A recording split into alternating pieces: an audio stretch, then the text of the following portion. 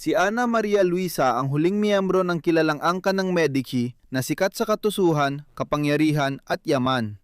Sa kabila ng karangyaan na kanyang kinagisan, pinahirapan siya ng sakit, eskandalo at unti-unting pagkawala ng kapangyarihan. Sa kanyang kamatayan, naisagawa niya ang isang huling matalinong hakbang na nagpanatili ng pamana ng Medici magpakailanman. Ito ang kanyang kwento. Si Ana Maria Luisa de Medici ay ipinanganak sa Palazzo Pitti, ang palatso ng dakilang duke ng pamilya Medici sa Florencia noong ika-11 ng Agosto, 1667. Makikita sa pangalan niya na kabilang siya sa kilalang angkan ng Medici, isa sa pinakaimportanteng aristokratikong pamilya noong huling bahagi ng panahong medieval at simula ng modernong Europa. Ang Medici ay naging makapangyarihang pamilyang bangkero sa Florencia noong huling ika-14 na siglo noong republika pa ang lungsod. Sa loob ng 100 taon, unti-unti nilang pinatatag ang kapangyarihang pampulitika at lihim na kinontrol ang Florencia. Noong 1532 formal, silang naging mga duke ng Florencia at pagsapit ng 1569, ang mga Medici ay itinaas bilang mga dakilang duke ng Toscana na nagmarka ng paglipat mula sa isang republika patungo sa isang namamanang monarkiya. Ama ni Ana Maria si Cosimo de Medici na naging dakilang duke ng Toscana bilang Cosimo III 3 taon matapos siyang ipanganak. Ina ni Ana Maria si Marguerite Louise d'Orléans, miyembro ng kaugnay na sangay ng maharlikang pamilya ng Pransya. Nakakalungkot, sukdulan ang pagkamuhi ng kanyang mga magulang sa isa't isa. Si Margaret Louise, isang mainitin ang ulo na prinsesa, ay inisip na nakakadire si Cosimo at hindi niya ito itinago. Nilait niya ito sa publiko at ayon sa alamat, sinubukan pa niyang ihulog si Ana Maria sa walang ingat na pagsakay ng kabayo habang buntis ito. Tulad ng ibang babaeng maharlika, wala siyang pagpipilian at napilitang pakasalan si Cosimo para pagtibayin ang alyansang pampulitika ng Pransya at Toscana. Matagal nang umiiral ang alyansang ito, mahigit 1 siglo na, kung saan ilang beses nang naghalo ang dugo ng Medici at maharlikang Pranses. Ang pinakamatapang na hakbang ay noong 1600 nang pakasalan ni Haring Henry, ika-4 ng Pransya, si Marie de Medici, ang ambisyosang tagapagmana mula Florencia bilang reyna. Isa ito sa ilang kasal ng magkaibang pamilya na nagdulot ng paghalo ng dugo ng pamilya Medici at maharlikang Pranses na Bourbon. Nag-asawa rin sila sa iba pang maharlikang pamilya sa Europa tulad ng pamilyang Habsburg na namuno sa Espanya at Austria. Sa puntong ito, malinaw na para sa lahat ang mga epekto ng pag-aasawa ng magkamag-anak sa pagitan ng mga maharlika, lalo na kung titingnan mo ang Espanya. Si Haring Carlos Ikalawa na namuno mula 1665 hanggang 1700 ay kalunos-lunos tingnan. Sakitin at may kapansanan sa itsura, hirap magsalita at nang umuya dahil sa labis na baluktot na panga. Si Ana Maria ay laging may sakit at iniisip ng ilan na dahil ito sa sunod-sunod na pag-aasawa sa kanilang pamilya. Habang sinisisi ng ilan ang kahinaan niya sa magkaangkan na pag-aasawa, may iba namang nagsasabing nagkasakit siya ng syphilis, isang tsismis na tinatalakay pa ng mga historiador. Si Ana Maria ay may 2 kapatid na lalaki, si Ferdinando, 4 na taon ang tanda at tagapagmana, at si Gian Gastone, 4 na taon ang bata sa kanya. Ngunit ang kanilang maharlikang pagkabata ay hindi maganda o masaya. Matapos ang mga taon ng matinding alitan, iniwan ng kanilang ina ang korte ng Medici at tumakas papuntang Pransya noong 1675 at iniwan sina Ana Maria na 7 taong gulang at ang kanyang mga kapatid.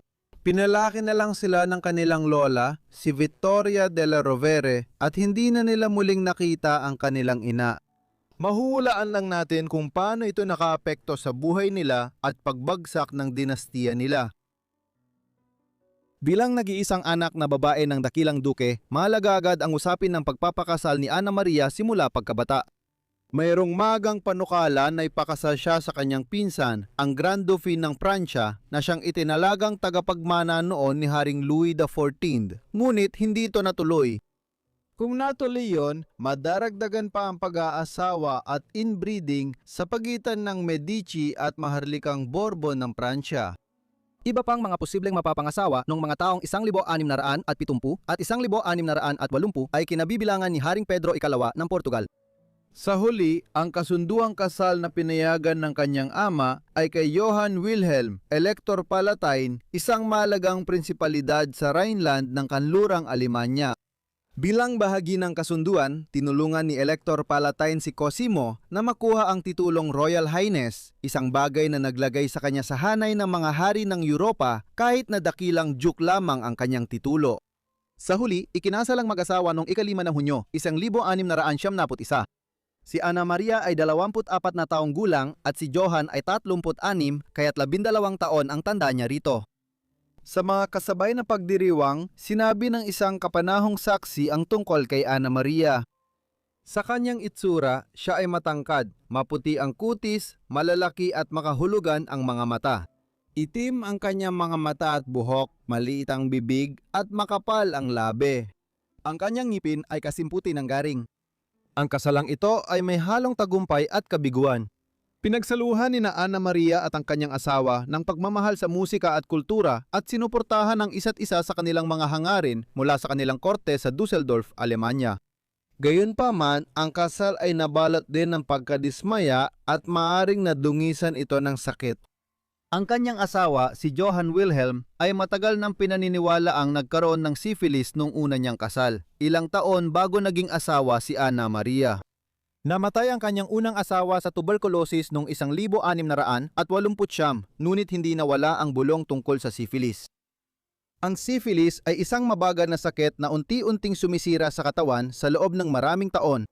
Kung si Ana Maria ay nahawa, posibleng ito ang sanhi ng paulit-ulit niyang karamdaman, kaya nagkakaroon ng duda kung dapat bang sisihin ang pag-aasawa ng magkamag-anak. Isa na nakakakilabot na palatandaan ang lumitaw noong 1692. Nabuntis siya, ngunit agad din siyang nakunan. Pagkatapos nito, wala nang naging anak sina Johann at siya. At dahil sa nag-iisang nawalang pagbubuntis na yon, lalong napalapit sa pagkalipol ang angkan ng Medici.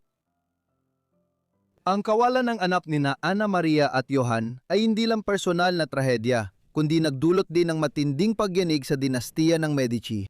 Dalawa lang ang kapatid ni Ana Maria at parehong naging problema ang kanilang mga kasal sa tagapagmana. Si Ferdinando, ang tagapagmana ng Grand Duchy, ay namatay noong 1713 na walang anak, habang ang walang pag-ibig na pagsasama ni John Gaston kay Ana Maria ng Saxe-Lombard ay nagdudot lamang ng paghihirap at syempre walang naging anak. Nang mamatay si Ferdinando, malinaw na ang mangyayari. Mawawala na ang tuwirang linya ng dugo ng mga Medici. Naglabas si dakilang Duke Cosimo III ng kautusan na maaaring magmana ang anak niyang babae sa Grand Duchy kung wala ng lalaking tagapagmana upang mapanatili ang kanyang pamana. Nangyit-ngit ang banal na emperador Romano na si Carlos VI sa kautusang ito at idineklara niyang siya lang ang may karapatang baguhin ang mga batas ng pagmamana dahil imperial na piyudo ang Grand Duchy. Bagamat pansamantala niyang kinilala ang karapatan ni Ana Maria, agad din siyang umatras at iginiit na magkasundo ang Austria at Tuscany kung sinong maharlikang angkan ang magmamana ng korona ng Medici. Mahirap malaman kung ano ang gustong makuha ni Cosimo dito. Si Ana Maria, 46 anyos na ngayon, ay lampas na sa edad ng panganganak. Kahit mapamana sa kanya ang Grand Duchy, wala nang susunod na magmamana. Si Cosimo ba ay naloloko, desperado, o umasa sa ibang bagay? Noong ika-25 ng Oktubre, 1723, naglabas si Cosimo III ng isang dramatikong huling proklamasyon. Dapat manatiling malaya ang Toscana. Si Ana Maria Luisa ay hahalili ng walang hadlang pagkatapos ni Gian Gastone at ang dakilang duke lamang ang magtatalaga ng kanyang tagapagmana. Huling desperadong tangka niya ito na kontrolin ang hinaharap mula sa higaan ng kamatayan. Lumipas ang 6 na araw, sa edad na 81, kahangahangang edad noon, namatay si Cosimo. Si Gian Gastone ang humalili bilang dakilang duke ng Toscana, namuno hanggang 1737 at nung panahong yon ay buhay pa ang kanyang nakatatandang kapatid na si Ana Maria Luisa at handang magmana gaya ng iniutos ng kanilang ama. Ngunit ang huling hiling ni Cosimo ay nabigo. Nang dumating ang sandali, tinalikuran ng Europa ang kanyang proklamasyon at si Ana Maria. Lihim ng pinaplano ng mga makapangyarihang bansa sa Europa ang kinabukasan ng Toscana. May mga diplomatikong usapan sa Vienna, Paris at Madrid para mailuklok ang Habsburg sa trono ng Toscana. Sa simula, napunta ang pansin kay Infante Charles na magiging hari ng Espanya, ngunit siya ay naisantabi noong 1736. Ipinangako ang korona kay Francis ng Lorraine na naging banal na emperador ng Roma na si Francis I, pinagtibay ang kontrol ng Habsburg at itinakda ang kapalaran ng Medici. Kaunti lang ang magagawa ni Ana Maria. Masyadong maliit ang Toscana para labanan ang gusto ng mga higante ng Europa. Pinaghatihatian nila ang kinabukasan nito ng Briton, Pranses, Kastila at Austriano nang hindi inalala ang pamana ng Medici. Nang mailuklok si Francis ng Lorraine, nanatiling pag-aari ng mga Habsburg ang dakilang dukado hanggang sa dumaan ang mga alon ng pagkakaisa ng Italya, mahigit 1 siglo ang lumipas. Iba ang naging karanasan ni Ana Maria pagbalik niya sa Florencia. Namatay ang asawa niya noong 1716 at bumalik siya sa Florencia mula Dusseldorf pagkaraan ng 1 taon. Sa sumunod na 20 taon, naging kilalang leader siya ng reforma sa korte. Si Ana Maria at ang kapatid niyang si Giangastone ay walang pinagsaluhan kundi dugo at matinding sama ng loob. Kinamuhian niya si Ana Maria dahil siya ang nag-ayos ng masamang kasal kay Ana Maria, isang suplada at matabang babae, kaya't naging biro siya sa korte. Samantala, si Giangastone ay namuhay sa labis na kabastusan, kilala sa pagsusuka sa mga piging at pagbibiro ng mga malaswang patawa. Samantala, si Ana Maria ang naging pino at kagalang-galang na muka ng bumabagsak na dinastiyang Medici. Sa kabalintunan, sa tulong ng nag-aatubiling biyudang hipag niyang si Violante Beatriz na elegante, nagsumikap si Ana Maria na may ligtas ang imahe ni Giangastone sa publiko kahit may tensyon sa likod ng magalang na ngiti sa korte. Sa wakas, sumakabilang buhay si Giangastone noong 9 ng Hulyo, 1737 dahil sa tinatawag na pagsasama-sama ng mga sakit, namatay siya sa gitna ng karamdaman, napapaligiran ng mga pari at ng kanyang laging nagbabantay na kapatid na babae. Sa kanyang pagkamatay, minana ni Ana Maria ang lahat. Mga siglong halaga ng hindi matatawarang sining, malalawak na lupain, makinang na mga kayamanan, lahat maliban sa dakilang dukado. Dito nagsimulang manungkulan ang mga bagong pinuno. Sila ay kilala sa mapait na tawag na Lorraine at kinamumuya ng mga tao sa Florencia. Sa kabila ng kanyang katanyagan at simbolikong katayuan bilang huling Medici, pinaintulutan si Ana Maria Luisa na manatili sa sarili niyang bahagi ng Palazzo Pitti nang hindi ginagambala. Namuhay siya ng mag-isa, bihirang tumanggap ng bisita at laging nasa pribadong silid. Kahit umiiwas siya sa mga pampublikong pagtitipon, hinangaan siya sa kanyang kakaibang paghihing mapagbigay at pagdodonate ng mahigit $1,000,000 kada taon sa kawanggawa. Sa kanyang pagtanda, lumitaw ang issue sa kalusugan niya at kumalat muli ang tsismis tungkol sa syphilis.